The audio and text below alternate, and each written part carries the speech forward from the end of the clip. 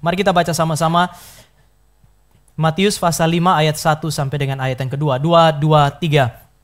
Ketika Yesus melihat orang banyak itu, naiklah ia ke atas bukit, dan setelah ia duduk, datanglah murid-muridnya padanya. Maka Yesus pun mulai berbicara dan mengajar mereka, katanya. Mari kita bersama-sama menghadap Tuhan di dalam doa. Bapa di sorga, kami bersyukur kepadamu untuk kasih karunia yang kau berikan pada kami. Kami bersyukur karena Kristus telah dianugerahkan supaya dia mati bagi kami, menebus kami, dan dengan demikian kami memperoleh keselamatan. Kami bersyukur karena dia mengutus Roh Kudus turun, sehingga kami yang telah diselamatkan terpelihara melalui firman yang diinspirasikan oleh Allah Roh Kudus. Kami juga berdoa hari ini biarlah Allah Roh Kudus yang telah hadir dan berkarya di dalam dunia boleh sekali lagi hadir dan berkarya di dalam gereja kami ketika kami beribadah. Biarlah Roh Kudus itulah yang membuka pikiran supaya kami mengerti firman. Roh Kudus jugalah yang menjamah hati kami untuk mengubah kehidupan kami dan mengarahkan kami kepada kehidupan sebagaimana yang Tuhan mau. Ini doa kami di dalam nama Tuhan Yesus kami berdoa dan menyambut waktu untuk merenungkan kebenaran firman-Mu. Amin. Bapak Ibu Saudara yang kekasih dalam Tuhan, 3 pasal yang kelima, pasal 6 dan pasal 7 dari tema besar khotbah di bukit. Itu berisi pengajaran Yesus Kristus. Khotbah di bukit berisi sejumlah pengajaran Yesus Kristus, dan di dalam pengajaran itu Bapak Ibu dan saya akan menemukan banyak sekali prinsip-prinsip kerajaan Allah. Sekali lagi, khotbah di bukit berisi pengajaran Kristus tentang prinsip-prinsip kerajaan Allah. Prinsip-prinsip ini adalah prinsip yang sangat revolusioner, karena kalau Bapak Ibu dan saya memperhatikan nanti satu demi satu atau perikop demi perikop, Bapak Ibu dan saya akan menemukan bahwa prinsip yang diajarkan oleh Yesus Kristus adalah prinsip-prinsip yang bukan hanya berbeda, tetapi menantang prinsip-prinsip yang ada di dalam dunia. Artinya Yesus mau bilang kepada saudara dan saya bahwa dunia ini tidak akan bisa menjadi lebih baik kecuali dunia melihat prinsip kerajaan Allah ini ada di dalam kehidupan orang Kristen, dan prinsip itu kemudian mengubah menjadi arah bagi dunia ini untuk berubah. Mahatma Gandhi ketika dia baca khotbah di bukit, pasal yang kelima sampai dengan pasal yang ketujuh, dia menemukan bahwa ini adalah prinsip yang sangat revolusioner. Banyak orang yang Tuhan hadirkan, entah dia orang Kristen, entah dia bukan Kristen. Kalau saudara dan saya perhatikan sejumlah kesaksian, bahkan ada sejumlah yang bukan Kristen hadir mengubah masyarakat. Setelah apa? Setelah dia baca khotbah di bukit. Bagi mereka, khotbah di bukit adalah prinsip yang berisi prinsip-prinsip yang sangat penting bagi kehidupan manusia secara umum. Sayangnya Mahatma Gandhi setelah dia menemukan bahwa kekristenan menarik, Yesus punya pengajaran menarik, dia datang ke gereja. Dia masuk ke dalam gereja dan dia ditolak. Kenapa? Karena warna kulit yang berbeda. Gereja pada masa itu hanya disediakan untuk mereka yang berkulit putih. Orang-orang seperti Mahatma Gandhi itu ditolak. Padahal dia menemukan mutiara di dalam pengajaran Yesus Kristus ini. Sehingga dia sejak saat itu dia memutuskan menggunakan prinsip khotbah di bukit untuk mengubah masyarakat. Namun dia tidak pernah masuk ke dalam gereja. Oleh karena itu hari ini Bapak Ibu dan saya bisa melihat, atau mungkin paling tidak kita lihat 2 prinsip tentang bagaimana prinsip kerajaan Allah itu hadir dalam kehidupan Bapak Ibu dan saya dan berfungsi sebagaimana seharusnya. Saya akan mulai dengan prinsip yang pertama. Yesus mengajarkan prinsip kerajaan Allah untuk kemudian prinsip-prinsip ini hadir melalui saudara dan saya mengubah dunia ini. Pertanyaannya bagaimana itu bisa terjadi? Bapak Ibu, perubahan itu hanya bisa terjadi jika ada firman, ada kebenaran yang diajarkan, firman atau kebenaran yang dipahami, dan yang paling penting adalah firman atau kebenaran yang diresponi sebagai anugerah Tuhan. Orang yang mengajar firman harus sadar bahwa firman adalah anugerah yang diajarkan. Dengan demikian dia mempersiapkan firman dengan serius dan mengajarkannya dengan sungguh-sungguh. Orang yang memahami firman setelah diajarkan harus memberi respon dengan melihat bahwa ini adalah anugerah Tuhan. Sehingga saudara dan saya ketika melihat firman, kita tidak melihat ini sebagai beban, tetapi sebagai anugerah. Dari mana saudara dan saya bisa lihat bahwa pengajaran firman di dalam gereja atau di luar gereja, di dalam perenungan personal Bapak Ibu adalah anugerah Tuhan.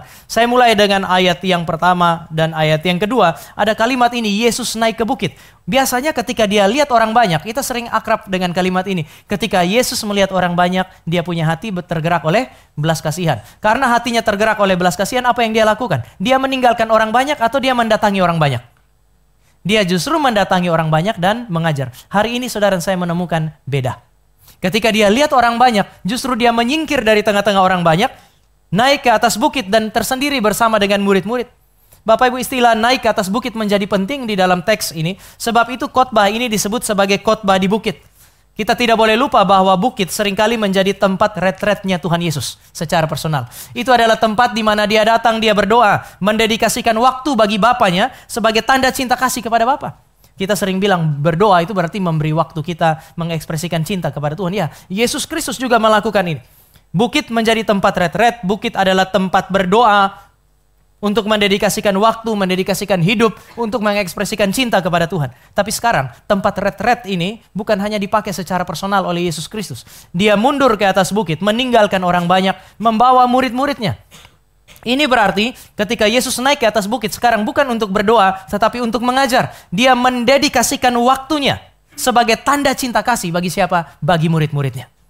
Kalau Kristus mengasihi muridnya, dia bukan hanya berdoa bagi muridnya. Kristus yang mengasihi murid-muridnya adalah Kristus yang mendedikasikan waktunya sebagai tanda cinta kepada murid-muridnya dengan melakukan apa yang disebut sebagai pengajaran.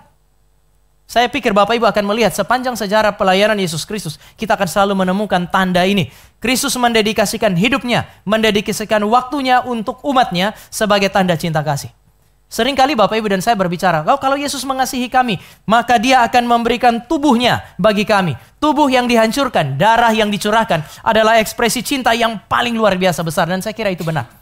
Bapak Ibu, ketika Bapak Ibu dan saya baca Ibrani pasal yang ke-10, ada dua ayat yang penting. Pertama adalah ayat yang ke-5, yang kedua adalah ayat 10. Di dalam ayat yang ke-5, Yesus Kristus itu seolah-olah menghadap kepada Bapa, lalu dia bilang begini, Engkau Bapa telah memberikan tubuh kepadaku. Dia adalah Allah yang kekal, dia tidak punya tubuh seperti Bapak Ibu dan saya. Tetapi Bapa memutuskan, karena Bapa mengasihi kita, maka Bapa memutuskan supaya anak itu berinkarnasi, dan anak itu berinkarnasi, dia mendapatkan tubuh manusia seperti saudara dan saya. Maka Yesus Kristus bilang di dalam kitab Ibrani, Bapa, Engkau memberikan tubuh kepadaku. Pertanyaannya, untuk apa? Ayat 10 bilang, supaya tubuh itu dikorbankan sebagai korban keselamatan. Maka kalau Kristus mengasihi saudara dan saya, dia mendedikasikan hidupnya, dia pakai istilah tubuh, dipersembahkan bagi keselamatan umatnya. Ini adalah pemberian yang terbaik. Saya berapa kali bilang kalau Bapa mengasihi dunia ini, tanda cinta kasih bagi dunia, Yohanes pasal 3 ayat 16 adalah dia bilang, dia memberikan anaknya bagi Bapak Ibu dan saya. Tetapi kalau anak mengasihi Bapak Ibu dan saya, maka dia akan memberikan tubuhnya, memberikan darahnya bagi saudara dan saya. Oleh sebab itu Tuhan Yesus bilang gak ada sahabat yang lebih baik daripada sahabat yang memberi hidupnya bagi sahabat yang lain. Tetapi Yesus mengasihi saudara dan saya tidak hanya dengan memberikan tubuh supaya saudara dan saya menikmati keselamatan. Kristus mengasihi saudara dan saya. Setelah dia memberi keselamatan, maka dia memutuskan untuk memelihara keselamatan. Dengan apa? Dengan memberikan apa yang disebut hari ini sebagai pengajaran.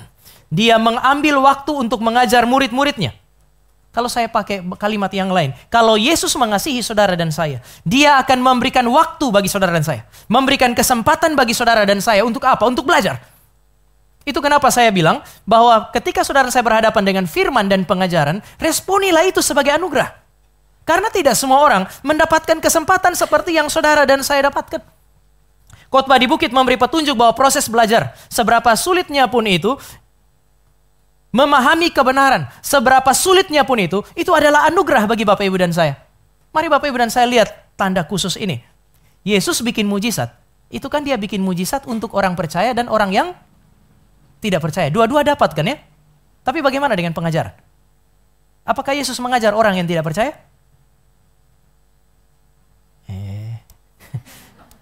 Saya kan bertanya, tidak minta dilihat. Waktu Yesus mengajar, Yesus mengajar orang percaya dan orang tidak percaya. Setuju enggak? Setuju. Dia mengajar, bikin mujizat untuk orang percaya, orang tidak percaya. Mengajar untuk orang percaya dan orang yang tidak percaya. Harusnya murid-murid bilang, sudah cukup. Bapak Ibu perhatikan, konteksnya ini sore hari. Jadi dia mengajar dari pagi sampai sore. Dan murid-murid dengar. Ini kayak speak kan ya? Pagi sampai sore mengajar orang percaya, orang tidak percaya. Lalu sampai di GRI Cikarang, kemudian saya bilang mari kita istirahat sebentar di gereja. Sampai di gereja, kemudian kita lanjut speak sisi yang ke-6. Ini yang terjadi kan? Menyingkir dari orang banyak, bukan untuk makan-makan, tetapi untuk belajar. Maka khotbah di Bukit memberi petunjuk kepada saudara dan saya, bahwa bagi Kristus, saudara dan saya tidak bisa berkata cukup untuk proses yang disebut sebagai belajar. Tidak ada kata cukup bagi proses belajar. Saudara dan saya harus menikmati apa yang disebut sebagai ketidakpuasan yang suci di dalam pergumulan dengan apa yang disebut sebagai kebenaran. Saudara Anda bisa bilang, kami sudah mendapatkan kebenaran terlalu banyak sehingga ini cukup. Enggak, Yesus bilang enggak pernah ada kata cukup untuk itu. Kenapa? Karena umat Allah adalah orang-orang yang berdiri di atas kebenaran untuk kemudian bertindak di dalam kasih. Kita sering dikenal sebagai gereja yang mengasihi, tapi saudara saya tidak bisa mengasihi kalau enggak kenal kebenaran. Maka Kristus itu kemudian membawa mereka. Apakah proses belajar itu tidak sulit? Sulit, pasti sulit. Justru kalau Bapak Ibu belajar lalu kemudian tidak merasa sulit dalam pergumulan belajar, saya kira ini sebuah kesombongan. Kesombongan anak kecil. Saya punya anak itu, Stefan itu. Dia tuh kalau setiap hari Senin sama hari Rabu bikin pusing karena urusannya nanti hari Selasa dan hari Kamis itu matematika. Bergumul setengah mati. Tapi waktu dia mandi, kami pulang tuh pergi ke kali, ke sungai mandi dengan teman-temannya. Kemudian ngobrol mengenai pelajaran mereka di sekolah. Anak-anak itu tanya, kamu suka belajar apa? Stefani bisa jawab loh, enteng banget, matematika. Saya lagi di pinggir kali itu, saya langsung lihat dia, apa? Matematika, yang benar aja. Kalau dia suka, kenapa saya yang bergumul? Saya pikul salib setiap Senin dan... Lalu kemudian ada satu kalimat yang menurut saya agak sedikit belagu itu. Matematika. Kenapa? Matematika itu easy. Dalam hati easy. Pulang kemudian saya pegang pundaknya, saya bilang, siapa yang bilang matematika mudah? Memang mudah kan? Mudah apa? Kalau mudah kenapa saya pusing? Terus dia tertawa dan dia pergi. Ketika saudara dan saya belajar, saudara belajar apapun itu dan mengalami kesulitan, itu wajar. Kita ini manusia terbatas yang bergumul dengan kebenaran yang tidak terbatas di dalam keilmuan masing-masing maupun di dalam kitab suci, maka proses belajar adalah proses yang sulit. Khotbah di Bukit memberi petunjuk kepada saudara dan saya mengenai hal itu. Tetapi justru karena kita mengakui bahwa itu sulit, maka tidak pernah ada kata cukup bagi kita untuk kemudian belajar. Kenapa? Bapak Ibu dan saya akan lihat bahwa makin dekat seseorang dengan Kristus, makin dekat seorang Kristen dengan Kristus, mereka akan makin melekat kepada firman Tuhan. Murid-murid Kristus adalah orang-orang yang bisa dikatakan sebagai lingkaran yang paling dekat dengan Yesus Kristus. Justru karena mereka adalah lingkaran yang paling dekat, maka Yesus Kristus ini bisa dengan rela meninggalkan orang banyak, beristirahat, tetapi ketika mereka beristirahat pun Yesus masih mengajar. Sehingga kedekatan dengan Kristus itu mengandaikan bukan ngaso, beristirahat dari proses belajar, tetapi justru membuat saudara dan saya makin melekat kepada kebenaran itu. Bapak Ibu, makin saudara dan saya dekat dengan Kristus, makin banyak waktu yang saudara dan saya berikan. Untuk apa? Untuk bergumul dengan kebenaran. Maka tadi saya bilang, bergumul dengan kebenaran. Belajar itu, bergumul dengan kebenaran. Ini mengandaikan sebuah pengakuan bahwa belajar itu memang sulit. Tapi kalau Bapak Ibu dan saya makin dekat dengan Kristus, itu juga berarti firman itu, kebenaran itu juga makin melekat dalam hidup saudara dan saya, membentuk cara pikir dan cara hidup. Ini yang khotbah di Bukit mau bicarakan. Dia memberi firman, memberi pengajaran, memberikan kebenaran, supaya kebenaran membentuk cara pikir dan cara hidup. Cara pikir di dalam gereja, cara hidup di dalam gereja, tetapi juga cara pikir dan cara hidup di luar tembok gereja. Yesus berharap murid-murid yang dekat dengan dia, itu tidak menikmati kedekatan dengan dia, lalu kemudian tidak kemana-mana. Sebaliknya, Yesus bilang, kamu akan aku utus seperti domba ke tengah-tengah serigala. Sebelum masuk ke tengah-tengah serigala, mari duduk belajar baik-baik, supaya cara pikir dan cara hidupmu dibentuk dengan kebenaran, baru masuk ke sana dan menjadi saksi. Bapak Ibu mau tidak mau, Yesus harus mengajar mereka kebenaran. Nanti saya akan ajak Bapak Ibu lihat. Berkali-kali Yesus mengajarkan prinsip yang sama kepada mereka. Supaya apa? Supaya mereka menjadi sensitif terhadap benar dan tidak benar. Di dalam gereja gampang saudara dan saya kenal mana benar, mana tidak benar. Tetapi begitu saudara dan saya keluar ke sana, di luar tembok gereja, saudara akan bergumul dengan apa yang benar dan apa yang tidak. Butuh kepekaan, butuh sensitivitas tentang apa yang benar dan apa yang tidak benar. Karena saudara dan saya adalah orang yang dipersiapkan di dalam gereja untuk nanti keluar dari tembok gereja. Butuh sensitivitas terhadap apa yang adil dan apa yang tidak adil. Maka Kristus meletakkan fondasi bagi murid-murid. Sebelum mengutus mereka, dia mengajar supaya mereka sensitif terhadap benar dan tidak benar, adil dan tidak adil. Bapak Ibu, oleh sebab itu aneh kalau di tengah-tengah katakanlah di dalam situasi bangsa kita hari ini gereja itu manis, diam. Aneh itu. Saya mau kasih satu contoh paling sederhana di dalam perjanjian lama itu. Amos, masa di mana pelayanan Nabi Amos berlangsung adalah masa yang persis kayak Bapak Ibu dan saya hidup hari ini di Indonesia. Orang miskin makin miskin, orang kaya makin kaya. Di luar istana Bapak Ibu, masyarakat pada masa itu mengalami penderitaan yang begitu hebat. Kemahalan di mana-mana.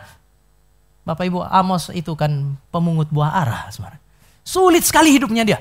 Lalu ketika dia menengok ke dalam istana, orang-orang yang ada dalam istana itu menikmati hidupnya. Saudara perhatikan pasal 2, Amos mengecam mereka. Suara kenabian keluar datang dari seorang nabi, lalu kemudian dia bilang apa? Kamu mengambil hak para janda. Kamu menjual orang miskin hanya untuk dapat sendal. Ini gereja. Dia begitu sensitif terhadap apa yang disebut sebagai kebenaran. Hari ini ketika Bapak Ibu dan saya lihat ketidakadilan di mana-mana, apa yang ada dalam pikiran dan hati Bapak Ibu dan saya. Oh, memang dunia begitu. Itu hanya memberi petunjuk bahwa tidak ada sensitivitas terhadap apa yang disebut sebagai keadilan dan kebenaran. Bapak Ibu, waktu kita kan ada orang yang waktu saya ngobrol-ngobrol kemudian dia bilang begini, saya hari-hari ini saya memutuskan untuk tidak lihat lagi sosial media. Saya bilang, kalau seandainya kamu putuskan ini beberapa tahun yang lalu sampai dengan tanggal 25 kemarin, itu keputusan yang benar. Tapi justru ketika tanggal 25 bangsa ini lagi bergejolak, kamu memutuskan untuk tidak melakukannya, kamu ambil keputusan yang salah. Kalau Bapak Ibu dan saya memutuskan untuk melakukan sebelum-sebelumnya, memang kan kita punya dapat berita dari mana-mana kan ya. Hari ini saudara saya menemukan semua portal berita tuh dibredel. Dibredel dalam tanda petik ya. Tidak boleh terlalu banyak menyiarkan apa yang terjadi di tengah-tengah bangsa kita hari ini. Jadi saudara mau dapat informasi dari mana kalau bukan dari sosial media? Sudah tidak ada pilihan kan ya? Mau tidak mau. Lalu kemudian saudara lihat sosial media, saudara dan saya menemukan luar biasa itu. Saya ngobrol dengan istri saya bilang harusnya kita bangsa ini menyesali. Kita pilih artis misalnya. Artis itu bukan pemikir, dia tuh penghibur. Jadi kalau dia bikin sesuatu, saudara komplain, lalu kemudian dia menari-nari dengan Bapak Ibu. Ya satu sisi kita marah, tapi kemudian kita lihat-lihat memang kita selama ini lebih suka pilih penghibur, bukan pembelajar. Dia memang punya kemampuan dan kapasitas cuman begitu kan ya. Lalu apa yang kita sesalkan? Harusnya kita menyesali pilihan-pilihan kita. Tapi di sisi yang lain, ya bagi saya apa yang dilakukan oleh masyarakat hari ini cukup untuk menyuarakan apa yang disebut sebagai keadilan. Pertanyaannya gereja di mana? Di grup alumni saya tulis kemudian saya lempar di situ dan diskusi sampai kemarin. Bagi saya seharusnya ada suara itu. Bersyukur Bapak Ibu. Orang sering macam GKI. Bapak Ibu dengar, tidak apa-apa ini di YouTube kan ya. Di GKI itu seringkali orang GRI kritik GKI. GKI sudah keluarkan suara kenabiannya. GRI ini mingkem. Kita ini manis banget. Dalam urusan yang kayak begini. Nanti bulan Agustus seminar paling banyak tentang politik itu udah keluar dari mana? Dari mimbar GRI. Aneh, kita punya seminar, kita punya pembicara, tapi kita tidak punya suara di dalam hari-hari yang sedemikian. GKI, HKBP, puji Tuhan. Mereka melakukan apa yang seharusnya. Kristus tidak minta saudara dan saya untuk menghidupi kebenaran hanya semata-mata di dalam tembok gereja. Seharusnya saudara dan saya keluar dari tembok gereja dan itu membentuk cara pikir kita. Harusnya kita resah. Harusnya kita marah.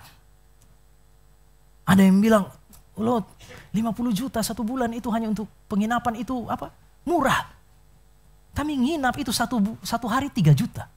Kos satu hari 3 juta. Saya bingung, ini di sini ada mahasiswa. Siapa di sini mahasiswa kos satu hari 3 juta? Vikaris Grace waktu dengar itu dia bilang begini sama saya, itu kos isi apa ya? Saya bilang, Grace itu bukan isi apa. Pertanyaannya harus itu kos isi siapa? Selain anggota DPR-nya dia taruh siapa di situ? Sehingga itu kos begitu mahal. Satu hari 3 juta. Kita nih mau bangun gereja nih, butuh janji iman. Mungkin janji iman pertama kalau ada barang 1-2 M, kita bangun kos-kosan aja di Jakarta. Habis itu kembali dengan sangat cepat itu. Dalam 1 tahun kita bisa dapat 1 kamar, itu bisa dapat 1 M. Bagi mereka itu biasa. Bagi orang-orang yang sementara tertekan itu sesuatu yang luar biasa membuat mereka punya hati nurani itu terganggu. Lalu kemudian bangsa ini mengambil sikap yang menurut saya tidak adil. Dan orang Kristen diam. Gak seharusnya. Khotbah di bukit adalah sebuah khotbah yang mau membentuk cara pikir Bapak Ibu dan saya. Justru membentuk kepekaan terhadap kehidupan sosial. Bukan mendorong saudara dan saya makin masuk. Lalu kemudian kita setiap kali bangsa ini bergumul, kita berdoa terus. Paling capek baca grup hari ini. Mari berdoa, mari berdoa, mari berdoa. Lalu kemudian saya bilang, kapan kita bertindak? Jadi hamba Tuhan itu harus berdoa. Jadi semua hamba Tuhan punya pekerjaan berdoa. Sudah dia harusnya nggak usah suruh khotbah lagi, suruh berdoa aja. Tapi perhatikan baik-baik ini. Jika Yesus Kristus adalah firman. Jika Anda dan saya mengakui bahwa Yesus Kristus adalah sang firman itu.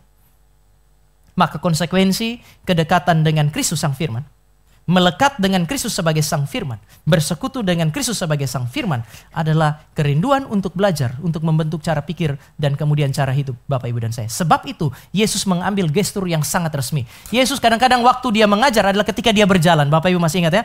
Lewat di kebun jelai itu sambil jalan sambil dia mengajar sehingga murid-murid sambil jalan mereka petik jelai lalu kemudian bahkan karena lapar mereka makan kan ya. Yesus mengajar ketika murid-murid lagi lapar. Yesus itu seperti orang yang nggak tahu diri. Orang lagi lapar, bukannya kasih makan, tapi kemudian dia mengajar. Sehingga sambil jalan, sambil mereka makan. Mereka nggak berani ngomong dengan rabi yang satu itu, tapi mereka makan. Tapi itu berarti Yesus itu bisa mengajar sambil berdiri, sambil berjalan. Tapi William Barclay itu dia bilang, duduk adalah gestur resmi para rabi hari itu. Rabi itu bisa mengajar di mana saja, tapi kalau dia sudah duduk, itu berarti dia mau menyampaikan pengajaran yang formal. Dan di dalam pengajaran, dalam relasi antara rabi dan murid pada masa itu, murid ketika guru duduk, maka murid mesti duduk. Sebab itu Yesus Kristus ketika dia datang ke dalam bait Allah, apa yang dia lakukan? Kitab Lukas pasal 2. Yesus duduk. Duduk untuk apa? Untuk mendengar pemimpin agama mengajar, lalu kemudian mengajukan pertanyaan-pertanyaan. Ini yang saya sering bilang kepada pemuda, coba lihat Yesus Kristus itu. Ketika dia Allah, dia jadi manusia, dia datang ke bait Allah, dia belajar, dia duduk kayak manusia, memang layaknya manusia, belajar. Allah jadi manusia, masih belajar. Pemuda, Bapak Ibu dan saya masih manusia, belum pernah jadi Allah, sudah tidak mau belajar. Ini adalah sesuatu yang janggal itu dia. Yesus Kristus melakukan sesuatu yang harusnya Bapak Ibu dan saya lihat sebagai hal yang penting. Dia duduk dan belajar. Setelah dia dewasa, dia mengajar. Yang tadinya bisa mengajar dengan berjalan, bisa dengan berdiri. Sekarang mengambil gestur seorang seorang guru yang secara resmi mengajar murid-muridnya untuk mengatakan bahwa pasal 5 sampai pasal 7 berisi ajaran resmi atau ajaran-ajaran yang penting. Sebab itu tadi saya katakan bahwa melalui 3 pasal ini, orang bisa menemukan prinsip-prinsip kerajaan Allah yang berbeda dari dunia, yang membuat Kristen beda dari dunia. Salah satunya ini nanti. Ini berisi ajaran yang revolusioner, menginspirasi perjuangan banyak orang, macam Mahatma Gandhi. Perjuangan banyak orang yang memperjuangkan hak-hak asasi manusia, meskipun dia bukan Kristen. Banyak yang kemudian merujuk kepada khotbah-khotbah ini. Aneh kalau saudara dan saya sambil mengatakan ini khotbah yang indah, tetapi kehidupan kita tidak dibentuk di sana. Ketika dia mengajar, di situ dikatakan dia mengajar mereka. Dia berbicara dengan sangat serius, mencurahkan isi hatinya, mencurahkan isi pikirannya untuk membentuk kehidupan manusia. Sulit, tetapi mau tidak mau murid hari itu dan saudara dan saya gereja hari ini harus melihat pengajaran sebagai anugerah Tuhan. Di dalam pengajaran firman-lah Kristus membuka hatinya bagi murid-murid. Kapan saudara dan saya melihat waktu-waktu belajar sebagai waktu di mana Allah membuka bukan hanya pikirannya, tetapi hatinya bagi Bapak Ibu dan saya, sehingga kita meresponnya dengan sukacita. Saya kira ini adalah sesuatu yang penting Bapak Ibu dan saya ingat.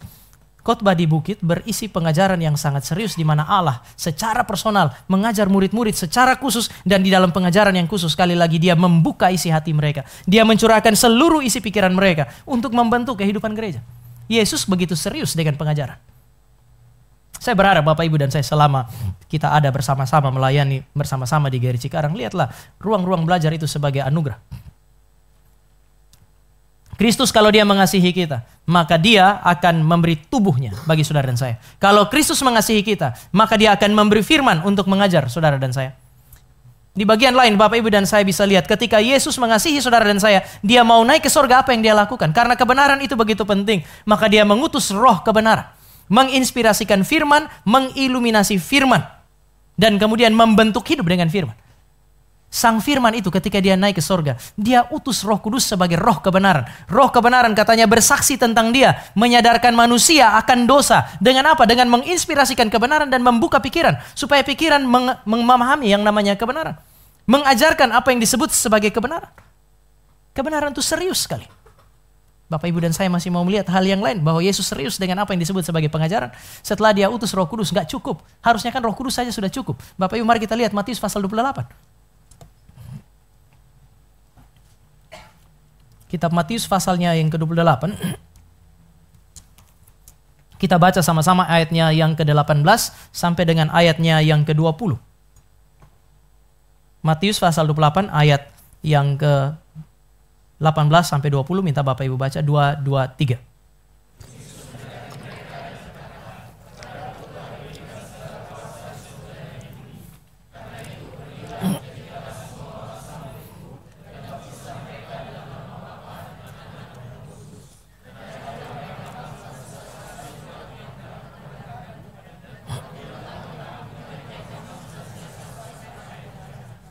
Bapak Ibu, setelah Roh Kudus datang, meskipun dia bilang dia utus Roh Kudus, tapi dia bilang dia juga mengutus murid-murid, mengutus gereja. Mengutus para rasul untuk apa? Pergi melakukan penginjilan. Setelah orang menerima Injil, apa yang mereka harus lakukan? Mereka harus dibawa masuk ke dalam persekutuan dengan Kristus, persekutuan dengan orang percaya. Maka perintah kedua adalah baptislah mereka. Tetapi kemudian ada yang ketiga, ajarlah mereka. Murid-murid diutus untuk mengajar. Kalau Bapak Ibu dan saya perhatikan Efesus pasal 4, 11 sampai 15. Di situ Kristus kembali mengutus para nabi, para rasul, para gembala, para penginjil, para pengajar, dan semua itu diutus berkaitan dengan apa yang disebut sebagai pengajaran akan kebenaran. Gereja itu bukan hanya sekedar means of salvation. Gereja itu menjadi means of grace, alat anugerah Allah, sarana anugerah di mana kebenaran itu disuarakan. Allah melahirbarukan Bapak Ibu dan saya, dia pakai firman. Dia mau rawat Bapak Ibu dan saya, dia pakai firman. Tadi menarik Pak Jeko kan Pak kutip itu 1 Yohanes pasal yang kedua ayat 1, dia bilang, gereja itu adalah ibu.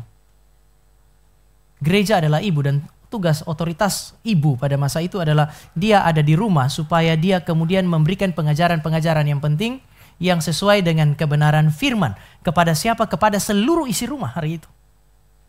Maka bapak-bapak gereja atau pemimpin-pemimpin gereja awal itu selalu mengatakan, Anda tidak pernah punya Allah sebagai bapak kalau tidak pernah punya gereja sebagai ibu. Ibu adalah instrumen yang sangat penting yang telah diberikan. Bukan hanya untuk melahirkan, tetapi membesarkan dan kemudian mendidik.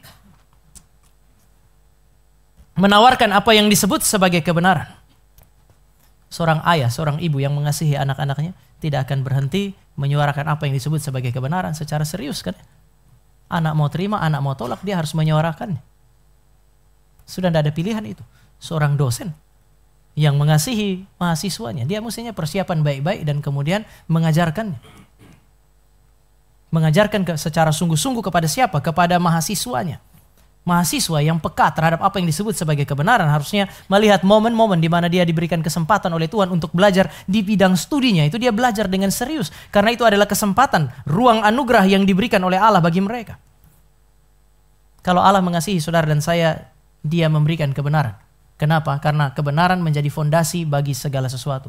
Gereja adalah orang-orang yang berdiri di atas kebenaran sebelum mereka bertindak di dalam kasih. Kasih kita ketika diekspresikan itu mesti diekspresikan dengan benar. Maka harus ada fondasi. Yesus meletakkan fondasinya melalui khotbah di bukit. Tetapi nanti saudara dan saya akan menemukan khotbah di bukit tidak hanya menuntut ada pengajaran yang benar yang diresponi sebagai anugerah. Tapi khotbah di bukit itu menuntut hal yang kedua, yaitu komitmen untuk menghidupi ajaran yang diterima dan dipahami. Perjuangan saudara dan saya pertama adalah belajar. Orang belajar untuk mengerti. Tapi setelah mengerti, maka Bapak Ibu dan saya berjuang untuk melakukannya. Kalau tidak bisa jadi berkat di ruang publik. Beberapa waktu yang lalu ada satu orang di dalam bangsa kita yang ditangkap OTT, namanya Kristen banget. Immanuel, Allah beserta kita. Ebenezer sampai hari ini. Sampai di sini Tuhan menyertai kita. Saya lagi sebut nama Alkitab bukan nama orang.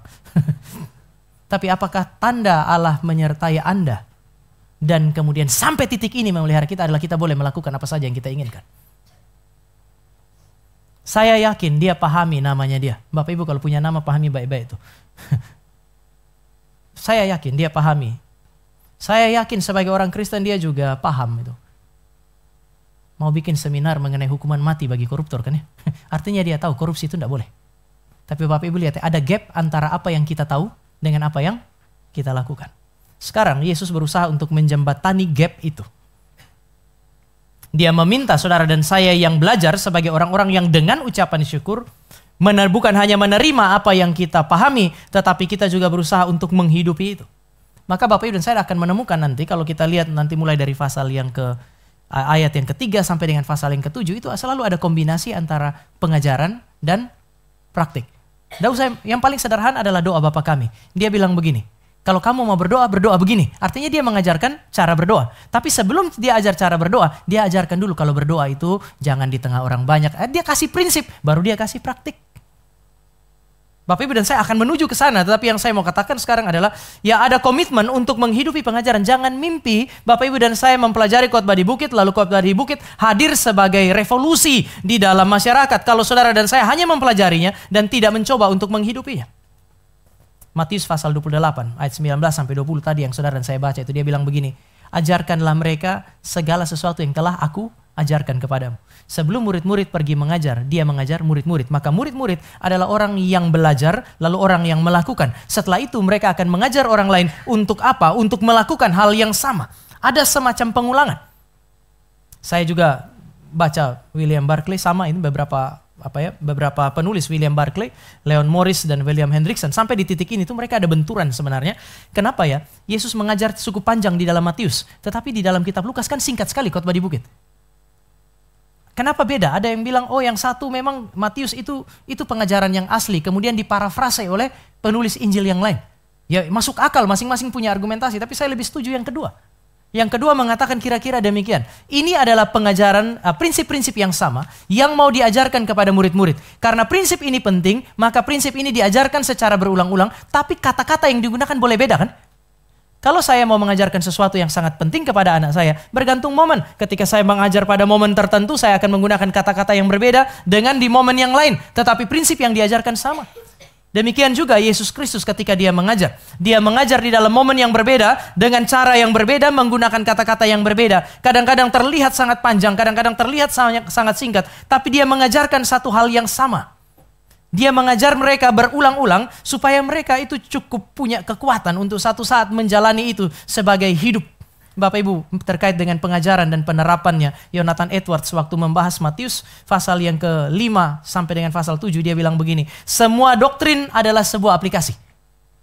Semua doktrin, semua pengajaran adalah aplikasi. Dan semua aplikasi adalah sebuah doktrin.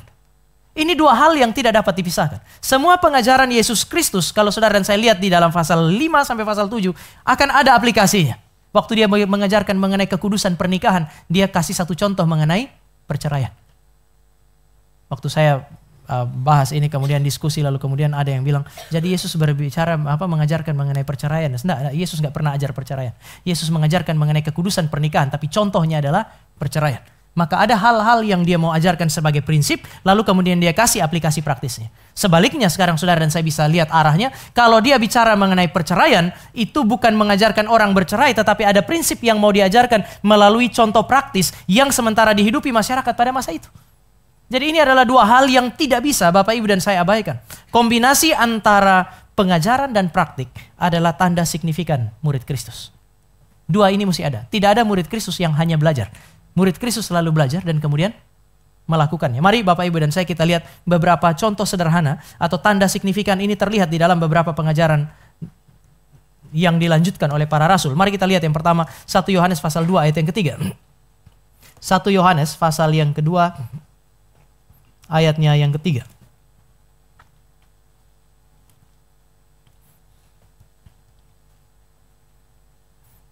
Kita baca sama-sama 2, 3.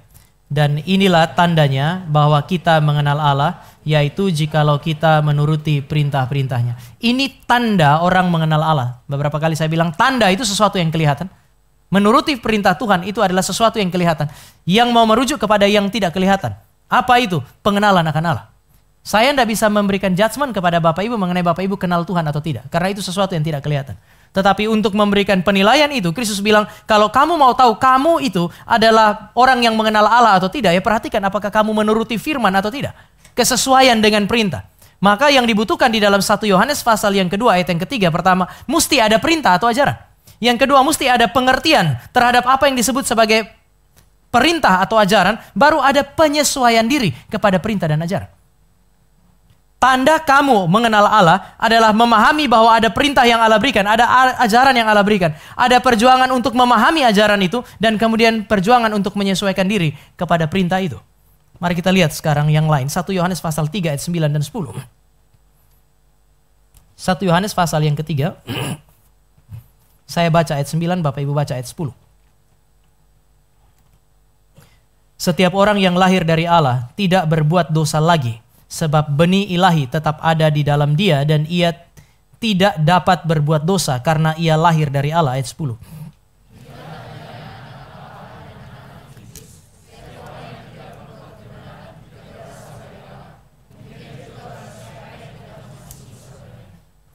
Para rasul memberi pengajaran bahwa tanda yang menyertai orang-orang yang disebut sebagai anak-anak Allah, dia bilang mereka tidak berbuat dosa, sebaliknya mereka berbuat kebenaran. Maka mau tidak mau, 3 hal ini kembali diandaikan. Mesti ada yang disebut sebagai kebenaran, mesti ada pemahaman terhadap kebenaran, lalu ada perbuatan yang sesuai dengan kebenaran. Tadi tanda kita mengenal Allah. Sekarang tanda kita adalah anak-anak Allah yang dilahirkan dari Allah. Berbeda dari orang-orang yang katanya menjadi anak-anak iblis. Ada tanda yang berbeda. Sekali lagi, tanda berbicara mengenai hal yang kelihatan. Sehingga dia bilang yang membedakan kamu sebagai anak-anak Allah, tanda yang paling kelihatan. Itu bukan hanya ada kebenaran yang kamu terima, bukan hanya kamu memahami kebenaran, tapi kamu hidup sesuai dengan kebenaran. Mari yang terakhir, Yohanes pasal yang ke-13. Yohanes pasal 13 ayat 34 dan 35.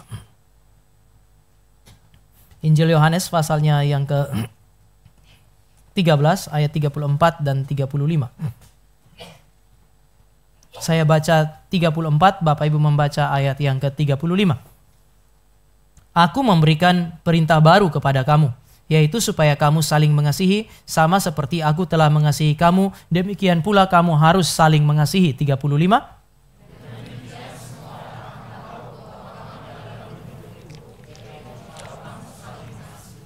Dia bilang kamu harus saling mengasihi. Ini perintah, harus ada perintah. Lalu itu mengandaikan murid-murid harus memahami perintah. Tanda mereka adalah murid adalah mereka saling mengasihi. Mereka menghidupi perintah.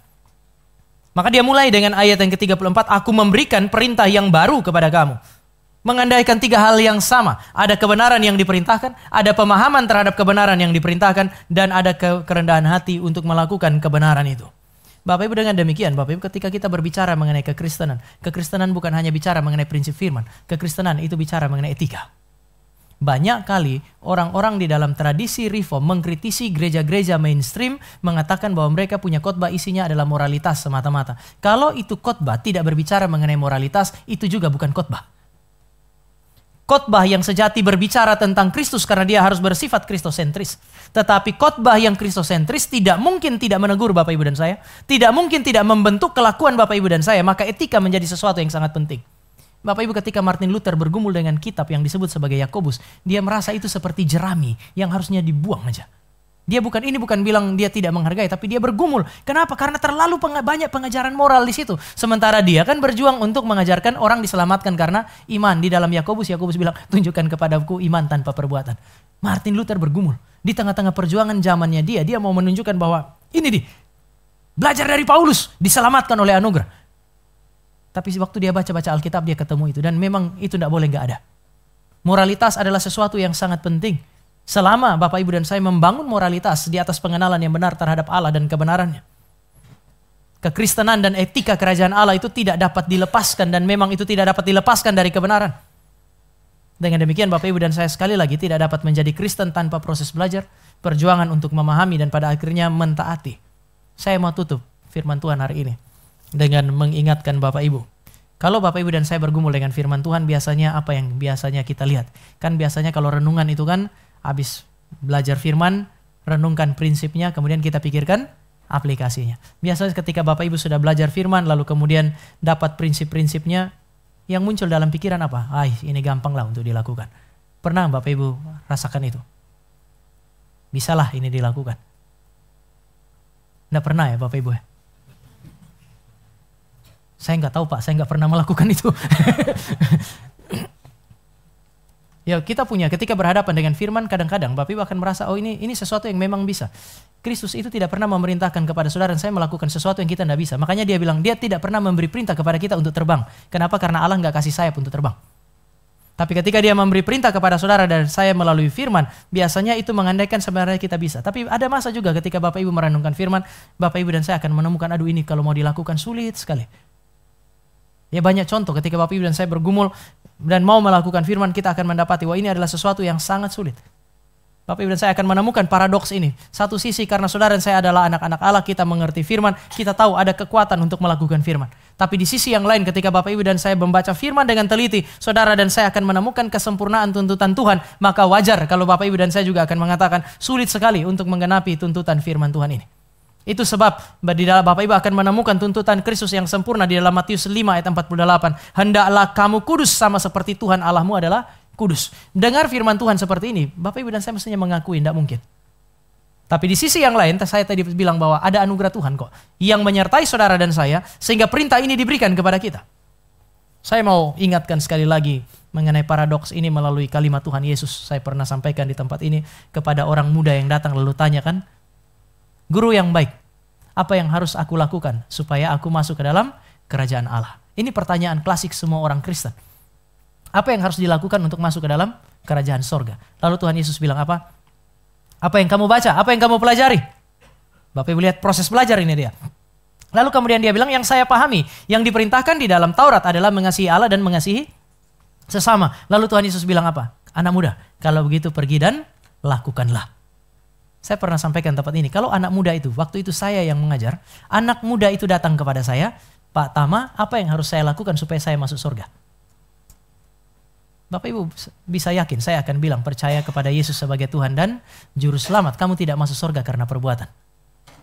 Dan kalau saya bilang, apa yang kamu pelajari dalam firman Tuhan? Oh, saya belajar ini, sudah, pergi lakukan itu, nanti kamu masuk surga. Saya yakin, Bapak Ibu akan lapor sinode. Pak Tama mengajarkan selamat oleh karena perbuatan. Tapi kalau saya bilang, percaya kepada Yesus sebagai Tuhan dan Juru Selamat, karena selamat bukan karena perbuatan, melainkan karena iman, Bapak Ibu akan bilang, ini hamba Tuhan Injili. Jadi Yesus itu liberal atau Injili? Dia yang kepadanya kita tunjuk sebagai objek iman, itu bukan bilang begini, percayalah kepadaku. Tapi dia bilang apa? Setelah dia tanya, lu kamu pelajari apa? Oh, saya pelajari kasih Allah, kasih sesama. Dia kayak orang liberal kan ya? Dia bilang, oke, kalau begitu pergi dan lakukanlah. Tuntutannya sempurna Bapak Ibu. Maka anak muda itu kalau dia pergi, dia harus berjuang supaya dia melakukan semua yang dia pelajari itu secara sempurna. Bisa? Tidak mungkin. Kalau dia pergi, dia melakukan dengan standar yang benar, dia akan sadar dia tidak bisa. Maka Yesus bilang pergi lakukan semua yang kamu pelajari itu. Dan kamu akan sadar kamu nggak bisa. Ketika kamu sadar kamu nggak bisa, baru kamu akan kembali lagi dan kamu akan bilang, Tuhan, saya sudah coba tetapi saya nggak bisa. Baru Yesus akan bilang, marilah kepadaku, hai kamu yang letih lesu dan berbeban berat. Aku yang akan memberikan kelegaan kepadamu. Bapak Ibu, kekristenan itu selalu melibatkan dua ini. Anugerah yang Allah berikan untuk berjuang. Tetapi juga pada saat yang sama, perjuangan secara maksimal untuk mencapai standar yang Tuhan berikan. Khotbah di Bukit mengajarkan hal ini kepada Bapak Ibu dan saya. Pembelajaran, perjuangan untuk menghidupi itu sambil bergantung kepada anugerah. Nanti setiap perikop Bapak Ibu bisa lihat, bahkan hanya untuk urusan berdoa saja pun Bapak Ibu dan saya akan menemukan di dalam doa Bapak Ibu dan saya butuh anugerah Tuhan. Mari kita berdoa. Kami datang dan kami bersyukur kepada Allah yang hidup, Allah yang mengasihi dan mencintai kami sehingga Dia memberi Kristus, dan Kristus yang mencintai kami tidak hanya memberi tubuhnya tetapi juga memberi firman. Kristus yang mencintai kami memberikan Roh Kudus sebagai roh kebenaran supaya kami ditolong memahami firman dan menghidupinya. Kristus yang sama pula lah yang memberikan gereja, memberikan sesama orang percaya yang memahami kebenaran untuk mendidik, mengarahkan kami kepada kebenaran. Kami bersyukur untuk besar kasih karunia Tuhan dalam hidup kami. Tapi kami juga berdoa biarlah Allah yang sama beranugerah sekali lagi memberikan kekuatan bagi kami supaya kami dengan anugerah Tuhan memperjuangkan hidup yang sesuai dengan kehendak Tuhan. Ini doa kami di dalam nama Tuhan Yesus kami berdoa dan kami bersyukur untuk kebenaran firman. Amin.